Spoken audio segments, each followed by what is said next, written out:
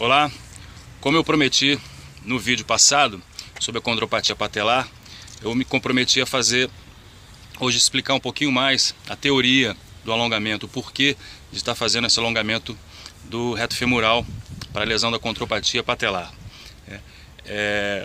Antes de a gente começar, eu gostaria de fazer uma reflexão. Você já deve ter usado uma roupa apertada, uma camisa, uma calça, e deve ter experimentado a dificuldade para se movimentar de uma forma fácil, natural, com uma situação com a roupa dessa apertada. Ou seja, para fazer as diversas tarefas diárias, você vai subir uma escada com a calça apertada, vai tentar dar um passo um pouco mais largo para sair, descer uma calçada, ou com a camisa tentar alcançar um objeto mais alto, ou tentar abraçar alguém. Então toda essa restrição que essa roupa apertada causa é semelhante a uma musculatura encurtada. O músculo encurtado também vai provocar esse tipo de restrição, esse tipo de dificuldade de realizar às vezes tarefas super simples do nosso dia a dia. Então, a exemplo da roupa, que no caso com a roupa apertada você vai tentar fazer um movimento muito brusco, você corre o risco de rasgar essa roupa, rasgar a camisa, rasgar a calça. Com a musculatura não é diferente, ou seja, os músculos encurtados, uma determinada musculatura encurtada vai restringir um determinado movimento, vai criar uma dificuldade, vai gerar uma necessidade de se fazer uma adaptação, um movimento compensatório, e muitas vezes esses movimentos compensatórios vão provocar lesões, outros tipos de lesões, ou uma lesão na própria musculatura, na própria articulação que está envolvida nessa atividade, envolvida nesse movimento. Então, o fundamento de se fazer o alongamento exatamente reside nesse fato de que quando você tem um músculo encurtado é semelhante a uma situação como essa, uma roupa encurtada, uma roupa apertada que restringe essa movimentação. E à medida que esses movimentos vão sendo repetitivos, você pode provocar uma sobrecarga no músculo, no tendão ou na própria articulação quando ela estiver trabalhando com o funcionamento dela irregular. Então na condropatia vai acontecer exatamente isso. As causas da condropatia já é difundido de uma forma geral, todo mundo, nos meios científicos, nos estudos, a gente sabe que a condropatia é exatamente em função de um desgaste da cartilagem em função de um desequilíbrio muscular, ou seja, a patela trabalha dentro da articulação, trabalha numa forma irregular, onde ela tem áreas de mais pressão, áreas de pouca pressão, e essa diferença de pressão é que provoca exatamente as sobrecargas irregulares e o desgaste da cartilagem. A gente sabe que tem as origens dessa lesão, também pode estar na questão congênita, a própria anatomia da pessoa, o fato de você ter o joelho valgo, aquele joelho em X caído para dentro, pode facilitar a lateralização da patela, um enfraquecimento, principalmente do vasto medial, pode provocar também essa tendência da patela a trabalhar mais lateralizada, e essa lateralização vai exatamente dar essa diferença de pressão quando você fizer um movimento.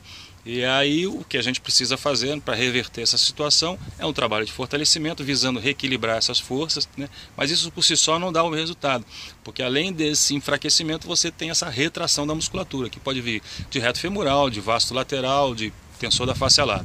E para resolver esse problema, para tirar essa pressão, esse encurtamento, só realmente o exercício de alongamento, e o alongamento específico para reto femoral. Por quê? Porque o reto femoral, como eu falei no vídeo anterior, ele é biarticular, ele tem uma ação sobre duas articulações, a articulação do quadril e a articulação do joelho. Então ele faz a flexão da articulação do quadril e faz a extensão da articulação do joelho. Além disso, ele auxilia, importantíssimo, ele auxilia na posição para você ficar em pé.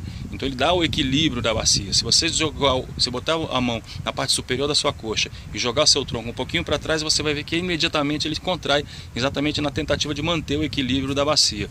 Então ele tem uma ação muito intensa no dia a dia. Cada passo que você dá à frente, essa musculatura também é utilizada. E normalmente esses desgastes, essas pressões e essas sobrecargas nessa musculatura vai provocar microlesões. Essas microlesões vão ser restauradas, vão ser cicatrizadas, e normalmente essa cicatrização acontece em encurtamento, pois a gente passa boa parte do dia, quem trabalha assim sentado muito tempo, trabalha com a musculatura encurtada, Ao dormir também, durante a noite, a gente tem a tendência a dormir nessa posição de mais encurtamento, de flexão do quadril, e isso vai gerar essa deformação, essa restauração vai gerar um encurtamento cada vez maior, essa cicatrização vai acontecer numa posição cada vez mais encurtada, e isso vai diminuindo o tamanho do músculo. Esse músculo ficando mais encurtado, ele por ser um músculo tendinoso, uma porção tendinosa muito grande, tem uma tendência a sofrer mais retração, mais encurtamento. E esse encurtamento vai provocar o efeito da patela alta, ou seja, vai tracionar a patela para cima, a patela ficando mais alta. Ela, quando fizer a flexão do joelho, fizer esse trabalho de amortecimento, vai sobrecarregar ainda mais essa articulação, essa cartilagem. Além disso, vai sobrecarregar o tendão patelar por conta da angulação que ela vai, né, que a patela vai trabalhar. Então pode gerar um outro tipo de lesão, que é a tendinite patelar. Então, esse posicionamento é que precisa ser modificado, e a gente só consegue modificar exatamente fazendo o alongamento da hiperextensão do quadril.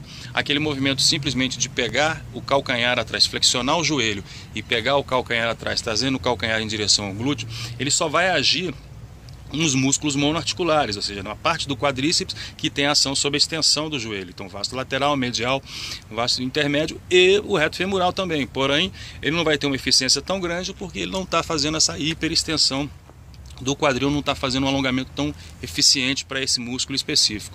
E a gente só vai conseguir exatamente naquele, como eu expliquei no vídeo anterior, né? Então há necessidade de fazer esse tipo de introduzir isso na rotina de alongamento para que você exatamente possa ter esse efeito, né, e sentir essa modificação, essa deformação plástica no músculo, fazendo com que a patela fique mais alta, mais baixa. A patela ficando mais baixa, diminui a pressão em cima do tendão patelar, diminui a pressão em cima da patela. Essa irregularidade, esse desequilíbrio de trabalhar mais para um lado do que para o outro, também vai fazer com que, junto com o trabalho de fortalecimento, essa patela passe a trabalhar numa angulação correta, né, equilibrando as pressões na parte interna e externa do côndilo, lateral e medial do côndilo, para que você tenha uma eficiência e uma distribuição dessa carga, não sobrecarregando as regiões com muito peso, com muita pressão, e não tirando a pressão total de uma outra região. Então, esse desgaste da cartilagem ele pode vir exatamente em função disso. Um excesso de pressão provoca desgaste, e a falta de contato, a falta de atrito ali da cartilagem também provoca degeneração, por conta dela não ter necessidade nenhuma.